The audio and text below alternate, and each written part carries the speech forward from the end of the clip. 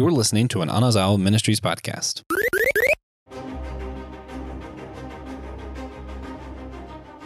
Who is ready for Bad Batch Season 2? Also, who's been watching Tulsa King? Was it just me? And did anybody see Avatar Way of Water other than DJ? We'll find out. Guys, this is Systematic Geekology. We are the Priest to the Geeks. I am one of the hosts today, Joshua Knoll, also co-host of the Whole Church podcast. I am joined by the one, the only DJ, Tiberius Juan Blackwell. Thanks. Yeah. And by the other Josh, making the full Josh-I appearance, Josh with the good opinions, Josh Rosengrant. Welcome back. Howdy. Yeah. And we're going to be talking about what's been going on in the geek world recently. So we're going to jump right into that. First things first, Josh, I know TJ doesn't care. So did you see the new Doctor Who trailer? I pretty much don't watch trailers. So if I know that it's something especially if I know it's something I'm going to watch, I don't watch trailers. I know David Tennant's coming back, so I know I'm going to end up watching that later, so I have not looked at the trailer. So this is why he's Josh with the good opinions. Trailers are bad, and you should stop watching them. Yeah. I liked the trailer. I thought it was good. I thought the trailer was really good. I like that it didn't give too much away and just was very teaser. It was nice. We can now confirm that this version of David Tennant's Doctor will also say Allons-y, and that makes me pretty happy, even if it makes no sense at all. The prophecy of Donna dying if she ever sees the Doctor again is going to come up.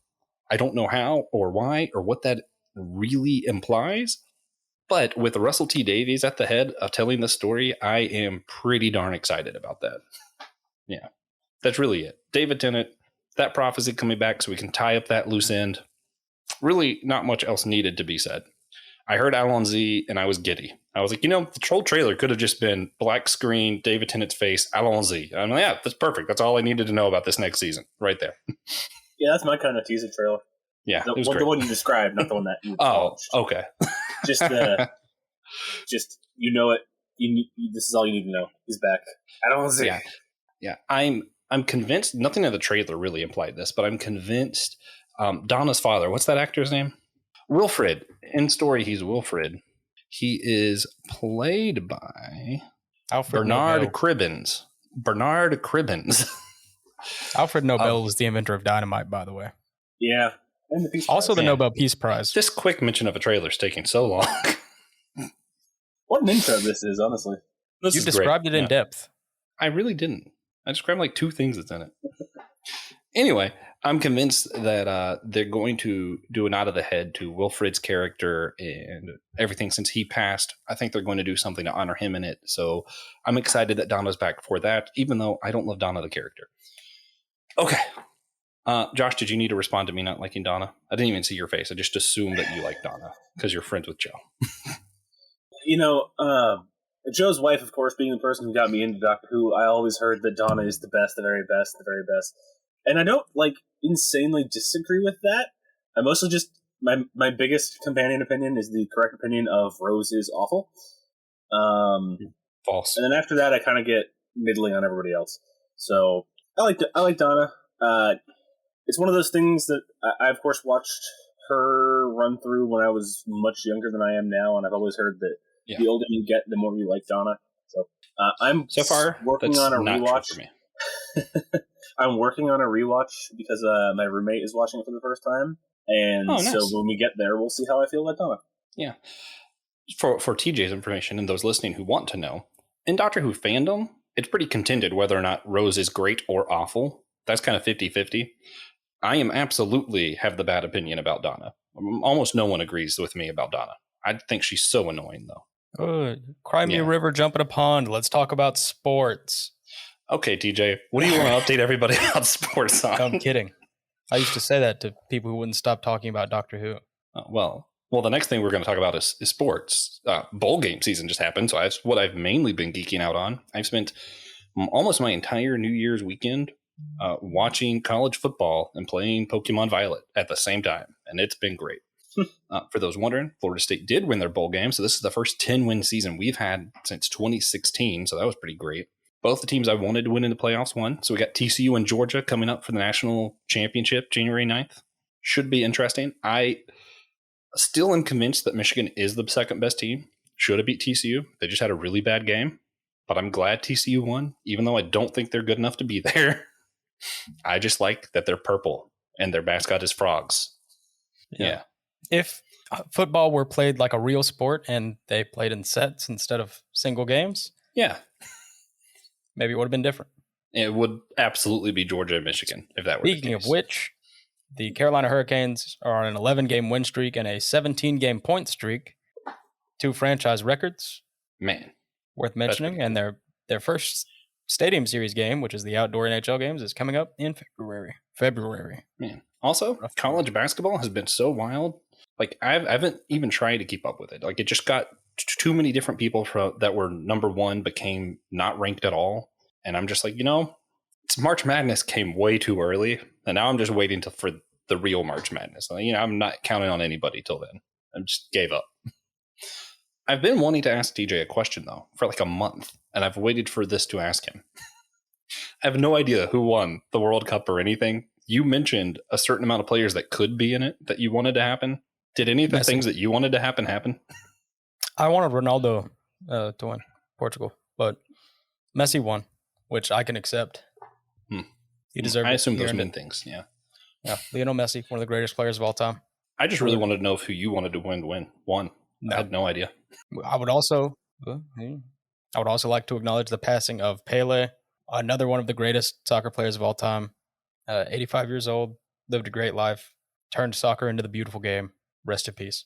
Yeah, I speaking of which, this will be my last sports thing. Is it Hamlin? Is that Damar Hamlin? Damar Hamlin. Yeah, that was the only thing I had to bring up because I had heard about it this morning.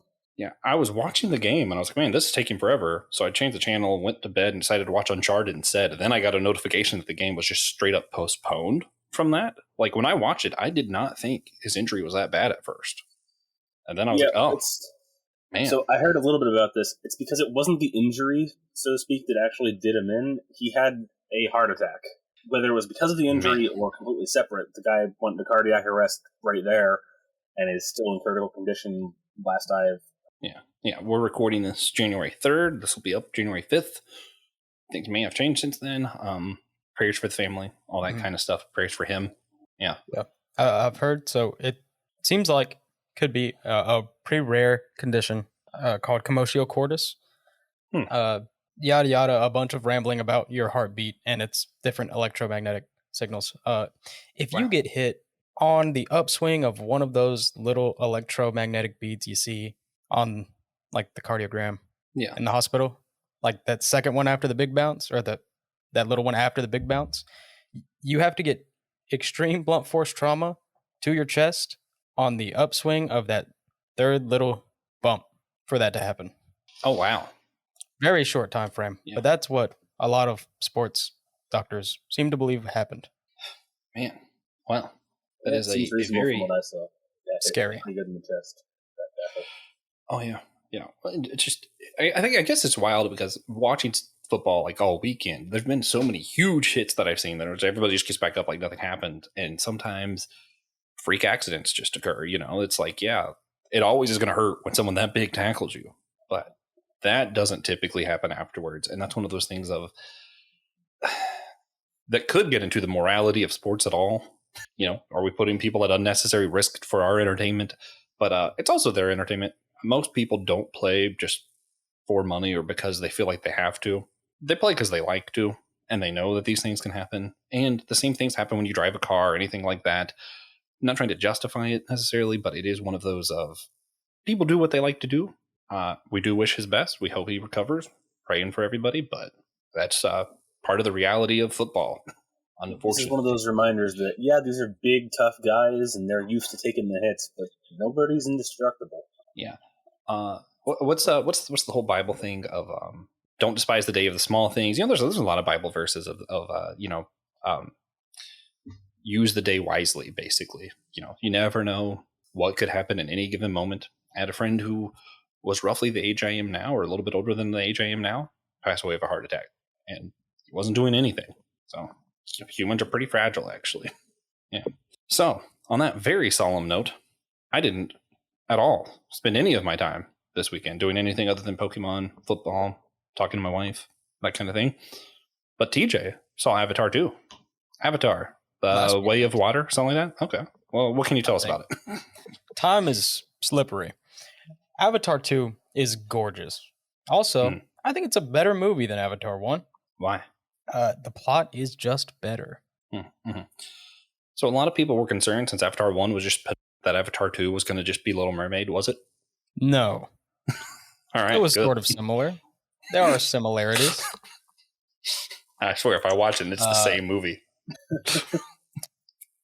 Yeah, I mean, I cannot deny that there are similarities to The Little Mermaid.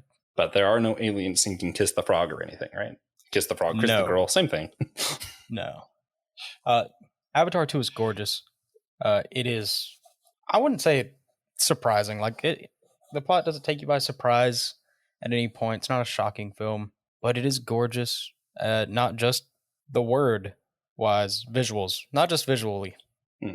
The story is great, and you get to see Jake Sully's family, and they feel like a family. Also, spoiler alert, skip to 30 seconds from now. All the bad dudes, all the human bad guys from Avatar 1, they come back as avatars because they clone them into avatar bodies just in case they died. That's way more interesting. Yeah. So, for those who just came back, what would you say is the selling point to see this movie? Like, why? Like, what do you think would make someone want to see it? Because right now I'm kind of on the fence. Water pretty. That's true. Also, I'm a sucker for a good mech design. They have mechs in this that are built like crabs. I loved that. That's the main driving factor that made me go see the movie, actually. That is neat. Were any of the crab mechs named Sebastian? No. Okay. So saying none. I was concerned. Okay, TJ, 0 to 10. How are you rating this one? 9. That was quick. 9 out of 10, easily. Yeah. Okay. That makes me want to watch it more because you don't rate things lightly. Yeah. I really mean, I don't want to give away a lot of the story, but it is gorgeous. Very meaningful. Yeah. A lot of people are worried about being too mean on a movie or whatever, or they want to be overly critical in case somebody watches it and blames them. TJ's pretty much always just, if he says it's a 9, it's probably a 9. I'd like to think so. It always is to me. That's funny. TJ, were there any themes, like deeper themes or like whatever that you think is worth discussing, morality beats of the film? So not found family, but adopted family, I guess. Because like it's not, I guess it could be found family, but it really isn't. Like family outside of traditional family. Yeah. Non-traditional family. Yeah. What's something I thought was really interesting that I didn't think about that you guys brought up when you were talking about the Santa Claus with Tim Allen is how well they did of just showing that some families just aren't, your nuclear family. So I don't know. I always find it interesting when films are able to do that well and not be like, oh, see, he's messed up because of this, or, anything's beautiful, whatever, and just show it as really real. That's just what it is. One thing that has surprised me after seeing this and talking to some people I know is how many people are rooting for the humans in Avatar. What is wrong with you people? Wait, what? What? Like in the original one? Yeah, and this one. Why? That's a great question. Like, if you know a Marine that saw the movie, ask him. That's so weird. Because I can almost guarantee that they hate Jake Sully, and as such, want Jake Sully to lose. That's so weird to me. That's like, for some reason, it doesn't surprise me when people are like, they cheer for Vader or Darth Maul, or they think like those kind of fictional bad guys are cool, but I always am like weirded out when it's like that kind of thing, where it's like, it's not like there was some huge dynamic character that you liked. You just liked the bad team. That's what's weird to me. Like if someone watched Lion King and they're like, I really like the hyenas. Like, that's who I cheered for. I don't care about Scar. Why? Why the hyenas? Yeah, if you're going to Avatar to find and celebrate the unwavering human spirit, wrong movies. They lose. Spoiler alert. I hope you did not think the humans were going to win in this one. Yeah. Fair enough. Humans, by nature, maybe not design, but by nature are flawed. Yeah, one more thing. I love seeing how different Na'vi people adapted to their environments differently. Incredible detail. I loved it. Could you expand on that a little bit? I'm curious. What do you mean? Well, it's called the Way of Water. They go and move in with a water tribe, and they have thicker tails built for swimming, and they have webbed hands. They're shorter. Oh, okay. So sort of like survival of the fittest, kind of like, Adaptation. adapted. Yeah, adaptation. That's what I was looking for. That's kind of cool. As far as like biological design, that's cool. And the amount of freaky alien sea creatures they had, loved it. Great. That's all we really wanted.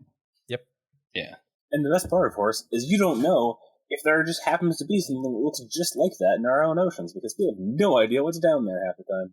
You have no clue. A lot of them are based on real sea creatures, though. That's cool. Yeah. So there's a hint. Something like that does exist. Yeah. The percentage of our oceans that we have just not explored is actually wild. It's not something I realized until just a few years ago, where I was like, wait a minute. So we're spending all this time in space, and we haven't even really explored everything here yet. Oh yeah, we know more about the moon than the bottom of the ocean, all that. It's a lot easier. Yeah, apparently. Strange to me. Just did not realize that. No atmosphere is a lot easier than miles of water. Yeah. True. So my pick this week, Tulsa King. I've been talking about it a lot, and I haven't actually had the time to sit in it much with you guys. Sylvester Stallone plays the main character. I don't know who the character's name is. To me, it's just Sylvester Stallone. I love that guy. He's one of those like him, Harrison Ford, Johnny Depp. There's some of the few actors that I'm like, I will watch it just because you're in it, So his character, though, was a mafia boss. Was thrown in prison for like 25 years for something that wasn't really him. He was taking the heat for his boss kind of deal. Expected a level of respect when he came out. Didn't really get it because some new guys took over. Was sent to Tulsa to kind of be the lord of that area because he doesn't fit in with the new mafia leaders, but they still wanted to give him something. So they gave him a new city. So they sent him to Oklahoma, Tulsa. He was from New York. So you have a lot of that kind of humor of him just not fitting in with the culture of Tulsa, but also a lot of he's just a mafia boss. So he just goes in and just shoots somebody, punches them in the face, whatever, But really the interesting part for me is how much it explores this idea of how we value our own finitude. So going back to the flaws of humans, I guess, where even at the beginning of the show, one of his first lines is, if you would ask me if it was all worth the 25 years, all this stuff, I would say no. And he warns this guy he takes under his wing immediately when he goes to Tulsa, and he keeps saying, no, you're not going to become the next mafia because A, you're not Italian, because he's talking to a black gentleman. And he just goes, but also, this is not the life you need. Like, he's like, yeah, I need you right now, but no, this life isn't worth it. And it's really interesting getting to explore this mafia boss, A, in Tulsa, and B, who realizes he kind of wasted his life, but he doesn't know another way of life and feels like he can't start over this late in his lifespan. So it's really fun seeing that. At one point, what's really cool is there's a circle in Tulsa where if you stand in, people can't hear you outside the circle. So he kind of goes in there and kind of out loud reflects and yells and has his own emotional event there. So that's fun. Also, just really interesting. At one point, he gets really, really high because, he's a mafia leader. He takes over some of the weed business in town because it's illegal in Tulsa at this time. And he's just, trying out product, I guess. And he goes on just a full rant of like, when I went in prison, people knew their own genders. Like, he just goes off on this crazy, he's like, listen, I want people to be themselves, but I'm so lost. He's like, the world is just weird now. Yeah, pretty entertaining. Sylvester Stallone, grade A actor all the way through this one. If I'm going to rate it 0 to 10, I'll probably still just give it an 8. Sylvester Stallone, I will watch anything just because he's in it, but I won't say that this is a near perfect show or an excellent show. Definitely worth watching, though. Now, neither of you have seen it, right? I want to say Paramount Plus. That's why I haven't watched it. Check this out. Ask Mark for the Paramount Plus account. No. Josh, have you seen it? Nope. Okay. Sounds interesting, though, from what you told me. I mean, Paramount Plus, I can access it, but it's the most difficult, so it's probably not going to get watched, but fair enough. Cool. If it wasn't already on my TV as like an app, All I had to do was log in. I probably would have been missing out. But there's a few stuff on Paramount Plus I really like. Also, all the Star Trek stuff's over on Paramount Plus. So Lower Decks. that's it's a big plus for me. I enjoy those. But they also, Harrison Ford got the show that's the precursor to Yellowstone recently greenlighted on that. So, like, I think it just started. I haven't seen it yet. Why is Harrison Supposedly Ford it's starting great. new projects? Great You're question. old, dude. Just starring in a TV show. Completely ancient. But you know what? It's Harrison Ford. I'm not going to question it. Yeah. How... This is a little off topic, but how do you guys feel about where Harrison Ford said he wants Indiana Jones to end? When he's over, it's done. Yeah. I see no reason why it can't. Yeah.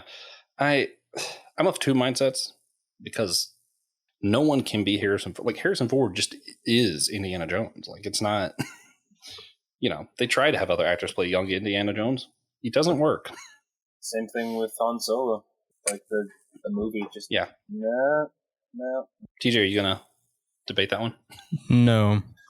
We don't have time. Okay, fine. TJ loves Solo. Yeah. Although I think they can continue with Indiana Jones video games and stuff. I do want to keep the IP alive, but I also agree that Harrison Ford is Indiana Jones, so not really much you can do. All right, guys, that being said, we're going to have plenty of these What's News, where we're going to be talking a lot about a show that's about to start. Bad Batch Season 2 is coming up. I haven't finished Season 1. I cannot really help that much with this. So what do they need to know to be prepared for Season 2? Why should they watch Season 1, etc.? Just unload. What are you guys thinking about Bad Batch coming up? I'm very excited to do that. So, if you don't know who the Bad Batch are, you have to go watch Season 7 of The Clone Wars, at least. Yeah, makes sense. Then, watch The Bad Batch Season 1. The Bad Batch are a group of specially made clones, specialized clones. They're super awesome.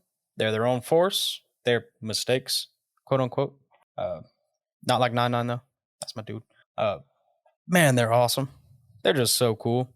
Who are they? Can you break down either of you? Like, who are the Bad Batch? Yeah, so it's a whole team of clones who there was some sort of, as the Geonosians would have seen, a defect in their cloning process that led to them being a bit different in one way or another. And they each of the clones, they capitalize on their difference to make it into a strength rather than a weakness. But they're still different to the point where they're kind of pariahs among even other clones to a large extent, and they have their own unit that works pretty independently of the Republic. And very importantly, their inhibitor chips are pretty much messed up as well. So when eventually we get to Order 66, they're not just instantly on the kill the Jedi train. Yeah, that's what makes the show interesting, because this is post the clones going with Palpatine and the Empire. Right. Yeah. This might invoke spoilers, so warning to everybody, but I'm just curious. Do you guys think Omega is Force enabled? What's her midichlorian range? 6 to 8 parts per million, I think it's possible. I think she could be. I think there's a pretty decent chance, because for better or worse, Star Wars has kind of a phobia of anything that doesn't center around a Force user in one way or another. I mean, The Mandalorian. That's why Solo's so good. Yeah, The Mandalorian, which the point of it is it's about a Mandalorian, kind of the epitome of not Force users. They're great, though. And then he has Grogu. Such a good show, though. Oh yeah, no, I'm not debating that. I'm just saying that they found their in to make the show completely about Mandalore, the antithesis of the Jedi, to have a Force user. Yeah. So they didn't do that to Solo. That's true. So I have a few questions. Also, they didn't do that in Andor, but I've heard mixed reviews, but I like the sound of it.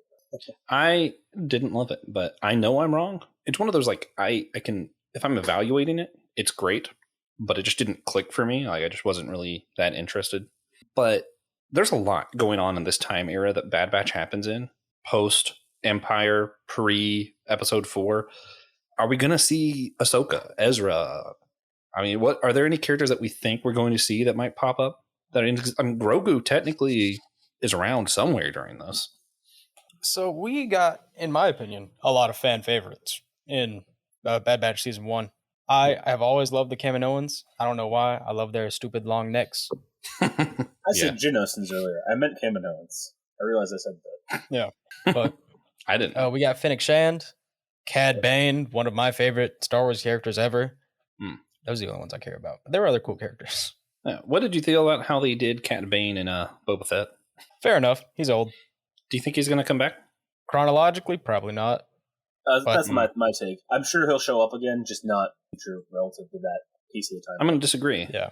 I don't remember what it was, but there was something that somebody did that made me think he might come back. I just can't remember. Well, he is Cad Bane, so it's there's always a possibility.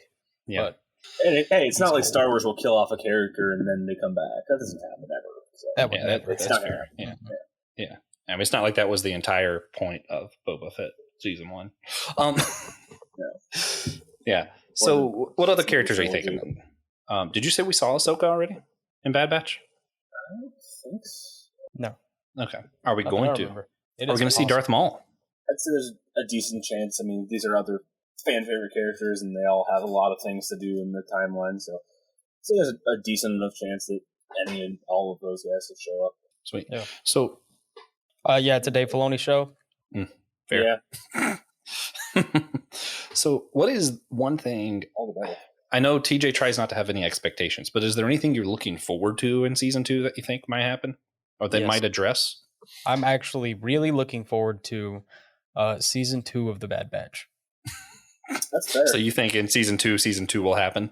Yes. Okay. Yeah, that's fair enough. Josh, is there anything you think they're going to address or issues that you're looking forward to or characters you're looking forward to seeing? Well, a lot of big spoilers on Season 1 to explain why this is relevant to Season 2. It's going to happen. So a lot of Season 1 is, as we talked earlier, most of the clones have a pretty much non-functional inhibitor chip. But then, after Order 66, Crosshair, his starts kicking in. So Crosshair, his whole thing is that he's a very good sniper, hence the nickname. Not much else is very relevant. But his inhibitor chip starts actually firing. And he gets this mantra stuck into his head, good soldiers follows orders, and then Order 66 kicks in, and he breaks off from the rest and goes and joins the Empire. Aww. Towards the end of the climax of the season is, reading this synopsis to remind myself of it, is, Omega gets trapped in a flooding room, but then Crosshair does, and Omega saves Crosshair. And then eventually she gets in danger and he saves her. So it kind of brings it back that he might be getting back to his own will. And I think that's a lot of what they were gunning for with that. And I think we're going to see that fleshed out the rest of the way. I'm here to see that. There should at least be more Crosshair content. I do agree. Yeah. So you mentioned Crosshair and Omega. Are those your favorite of the Bad Batch crew? Or do you have a favorite member? I like Hunter. Like Solid Snake. Yeah. We should. Yeah. I'll admit, before when I watched Bad Batch Season 1, I hadn't played through the Metal Gear games. So now I've played through them chronologically. I've played through them up to Metal Gear Solid 2, which is sure. I still haven't played them. That game is near Kingdom Hearts level of timeline and games not being in sequence stuff. It's rough. I say near because I know how much worse Kingdom Hearts is, but you get my drift. Yeah, it's a nightmare being a Kingdom Hearts fan, to be honest. So Hunter has enhanced sensory abilities. What's that? Pretty cool. Seeing, hearing, smelling. Oh, okay, yeah. Tasting, maybe? I don't know. They haven't expanded on that. That's what I'm looking forward to in Season 2. Hunter opens a kiosk. Yeah. Wrecker. I love Wrecker. Wrecker is basically just Hercules' clone. Perfect. Super strong, little dumb. Perfect. Pretty great. Yeah. All right. Was there any other characters that you want to mention? Tech. All right. The exact opposite of Wrecker. So not strong, super smart. Yep. He's your Perfect. classic Donatello figure. Yeah. Perfect. Yeah. Echo, however, might be one of the most interesting of them, I think, because of who he really is. And so Echo is a cyborg he was a fallen clone from earlier on. Took a lot of damage, but was still technically kicking. And so they kind of brought him back, and his actual identity is it's great. Should we tell him, or should we Yes. should we do that? No, you should say it. It's Fives. I don't want to. It's who? It's Fives. It's who? It's Fives. If you've watched Clone Wars. Oh, yeah. Okay, I forgot about Fives. What? Yeah, Fives was only mostly dead, and of course, only mostly dead is partially alive. And so they gave him the Darth Vader treatment almost. They gave him a bunch of cybernetics to keep him alive, and his memory got, I think, mostly lost, if not entirely lost, but his personality stayed roughly the same. And he took up the name Echo. Nice. Echo and in Star Wars terms, mostly dead is basically perfectly healthy. I mean, that's fair. Yeah. I'm surprised Filoni we haven't is. seen it yet. Yeah. I think we're going to, but Filoni is really good at explaining away deaths and in a way that we're like, yeah, they just wanted to bring that guy back, and everyone just being fine with it because we also wanted the character back. Yeah. Should we explain any more about who Omega is? Because I think that's the most interesting to me. So Omega is the driving force of the Bad Batch season 1. She is an unmodified replicant of Jango Fett. Yeah. Just female. Yeah. Not so she's no like the growth. only source for new cloning material. And that's why the Kaminoans want her so bad. Oh yeah. Yeah. No speed growth. In the Empire. Possibly force sensitive, maybe. There kind of been some hints but yeah. Maybe. Yeah. We'll see. All right. Well, did y'all have anything else you wanted to add about Bad Batch? Did you want to rate season 1? 8.5. Okay. So not as good as Clone Wars. Not quite. I was gonna say, yeah, I don't know if I could do it in numbers scale. I'd put it probably just below the actual Clone Wars, fighting for second place in my Star Wars hierarchy with Rebels. Yeah. I think it might win. Yeah, it's been too long since I've watched either. We'll have to see after season 2, I guess. Yeah, because here's my take that if I'm going to be controversial for the sake of it, what little I've seen of Bad Batch season 1 is better than Clone Wars season 1. I didn't love the first season of Clone Wars that much. I thought it got really good later on, but yeah, that's kind fair. of well, it definitely starts better than every other Star Wars cartoon. Yeah, that's which fair. gives me some high hopes. Yeah, which to be fair is kind of because it doesn't have to set the table. It's really a spin-off, and as much of it is anything else, they got thrown into season 7 just so the show could exist in a lot of ways. But they don't have to set the background or anything. Everyone knows going in roughly where it is, so they don't have to do intros. They don't have to pretend they're a kid show for 3 seasons before it gets deep again. Yeah, or 2 seasons. They hit the ground running. Perfect. Yeah, perfect. Awesome. Yeah. All right. Well, was there anything else you wanted to add about that? Rebels gets really good in season 3. If you only watch the first 2, you got to keep watching. Yeah, I think I'm currently in season 3. Resistance, I don't know. Even I gave up. Yeah, I watched it all bad. and went, well, there wasn't really a point to that, was there? I'm glad that you suffered for us, so that all of us know that we don't need to watch it all. Yep, That's good. That's good. Thank you. There's no reason. Don't bother with Resistance. Yeah. If you like racing, though, maybe check it out. Yeah, I mean, if you just thought the thing missing from Clone Wars was pod racing, go watch Resistance, whatever the heck it's called. Yeah.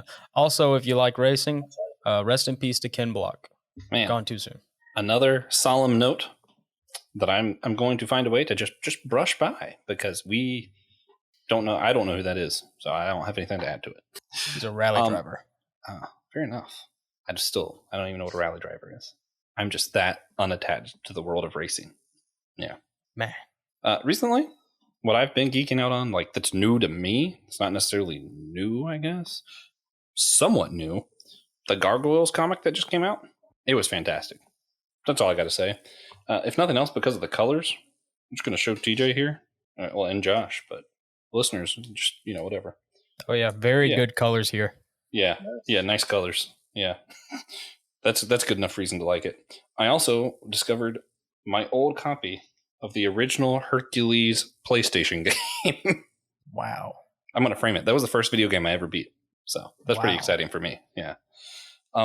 Josh, what you been geeking out on recently? What's new to you? So one of my favorite D&D podcasts, like live play D&D podcasts, is still putting out episodes. Always nice because a few of them have kind of retired, which is always sad to see. And I'll give What's the name? And I'll preface this with, it is not this one I'm thinking of specifically is not a particularly appropriate one. It has a lot of language and stuff going on in it, but it's real funny. And so I'll give him a pass on it. So it's actually done by Freddie Wong and a bunch of his friends, if you know who Freddie Wong is or not. But it's called Dungeons and Daddies. And because the entire premise of season 1 is that they play as a bunch of dads from our world whose children got kidnapped into D&D world. And the whole season 1 quest is going to find their lost kids. Yeah, that does sound pretty funny. Yeah, gotta say. I've heard good things. Yeah. TJ, what you been geeking out on recently? What's new to you? Dragon Quest 11. I assume those words mean something. It's a video game franchise. Okay. Dragon Quest is fantastic. No. One of the highest selling RPGs in Japan every year. It's a JRPG, right? Yep. Mm-hmm. Dragon Quest is so big in Japan that when a new Dragon Quest game comes out, a lot of workplaces give their workers the next day off. Wow. Incredible. It's that big. It's a huge deal, and I didn't really understand why until I started playing this one, and this one's great. I would love it if my boss would give me the day after the national championship off. Ben, if you're listening, give me January 10th off. All right. That being said, y'all have anything else you wanted to add to this What's New episode? Anything that we left hanging you want to go back and address? Everybody go check out Rolling Stone's top 200 singers of all time. That list is crazy. I dare you to name 85 singers better than Michael Jackson. Is he 86th on the list? He's 86th, yeah. What? Johnny Cash is 85th. Frank Sinatra's like top 20. Yeah. As much as Johnny Cash is like, Johnny Cash has got to be one of my all-time tops, but I also realize why you wouldn't put him at the top. A lot of his singing is just talking. Bob Marley is on up there, higher than Michael Jackson. A lot of questionable choices for me personally. Yeah. No. Bob Marley. Taylor Swift is on there at 102. It's a little high. She's a songwriter. I gotta say, Taylor Swift is better than most geeks give her credit for. Yeah, but she's a songwriter. Yeah. Yeah. Well, I liked Folklore and Evermore. Yeah, those were good. Mm-hmm. Those were great. Numbers 1 through 4. I don't think I've ever heard a song by them. Aretha Franklin? Yeah, I mean, I know Respect? the name. RESPECT? No, I have heard that. That's fair. Yeah. It's just one of those ones I don't know offhand. That's a good song. Not better than Johnny Cash. You should listen to her and Billie Holiday. Also not better than Johnny Cash. Oh, why? Beyonce is number 8. Oh, dear. Yeah, no, that's ridiculous. Nowhere near as good as Johnny Cash. Beyonce's good. But nowhere near as good as Johnny Cash. Johnny Cash, not that good of a singer. He's so good. Elvis is only 7. He could just narrate stuff. I'd be happy. That's all right. Well, this list is kind of seems like it might be garbage, TJ. Yeah, that's why I'm bringing it up. Before recommendations, you're not recommending this list. No, I'm recommending that you look at the list to see that it's wrong. Yeah, someone with worse opinions than me may have made it. I don't think Israel Kamawaka Ole. He's good though. Over the Rainbow guy. I don't think he's on it at all. Celine Dion's not on it at all. What? I'm saying ridiculous. Now that TJ's pointed out something that offends me to my soul, let's wrap up. Guys, do you have any recommendations that's not as awful as that? Yeah, watch the Bad Batch season 1, and if you didn't finish the Clone Wars, finish the Clone Wars. And I agree with that second one. And not Resistance. I have not finished Rebels yet. I need to. My recommendation is going to be weird. Find an old PlayStation game that's just like excellent. That's on PlayStation Network. and just replay it. Some of those old PlayStation games are just fantastic. Yeah, like Gex the Gecko. Play Gex the Gecko. I know somewhere TJ disagrees. Fantastic is a strong word. I like know Gex. Somewhere in my closet is sitting an original PlayStation with a copy of some very, very old Scooby-Doo game that I played when I was like 7. And nice. I gotta dig that out and play it sometime. And Yeah, see if we're it's talking nearly as hard PlayStation or games. interesting as I thought it was then. Well, if we're talking PlayStation games, everybody dig out your PlayStation and get Jet Moto or Jet Moto 2. Fantastic games, hover bike racing. Yeah. Also, while we're talking about games, play Super Mario Party, not Mario Party Superstars. Super Mario Party is way better. Just way better. Josh, did you have a recommendation for everybody? We kind of derailed the recommendation section. Sorry. Hey, it's fine. I couldn't think of much new anyway beyond my. As I like to say, listen to D&D podcast. This isn't my D&D episode, but I'll give my normal spiel on that. Sneak Attack, best one ever exists. I'm so sad that they all grew up and had to move on with their adult lives and do other things. But their sister pod, Titans Volterra, also good. And minus the fact that its release schedule is like an episode every 3 months, still the best.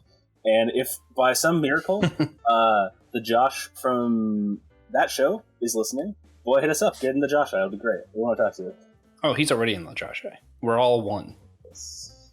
We're connected by the J-Force. Much like the Speed Force, but better. Anyway. But come guys. talk to us. Guest on an episode, please. Josh Warmer. Yes. Well, guys, that being said, if you want to hear more from me, the Josh with the Good Opinions, or TJ, you can go to our website, systematicgeekology.org, hit the host tab. All of our names are on there. You can click it, see all the other episodes we've done before. Check it out, maybe. And, of course, if you want to let us know what you've been geeking out on or to recommend something for us to geek out on, same website, same deal. You can also check out our Discord page there, our store there. Everything's on the website. It's a cool place. And, of course, we need you to remember one very important thing, that we are all a chosen people, a geekdom of priest.